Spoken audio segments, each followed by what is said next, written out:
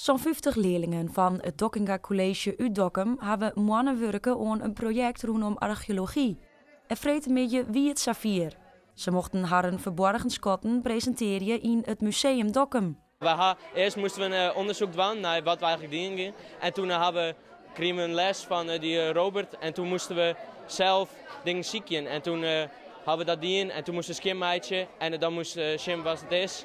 En daarna moesten we het exposeren en dat is goed lukt. En de leerlingen hebben de regio goed trots zocht voor de echte schatten. We hadden iets heel ouds vonden en het weer gelijk raak eigenlijk. We zijn binnen 10 minuten nog kleren eigenlijk. En wat was precies voen? Een muntje uit 1623 uit Frisia. Wij hebben 6 munten gevonden en daarover hebben we een anekdotisch verhaal gemaakt en een historisch verhaal.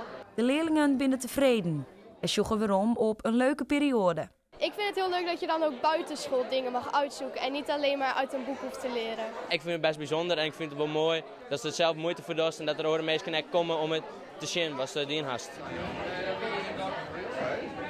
Ik heb geleerd waarvoor die munt wordt gebruikt in de Tweede Wereldoorlog. En dat heel veel munten zijn gewoon ook in Dokkum, gewoon zonder dat je het door hebt eigenlijk. Plannen dat ze op die op school komt en s'avonds maar zo even fietsen, dat is het meest wat we leerd hebben.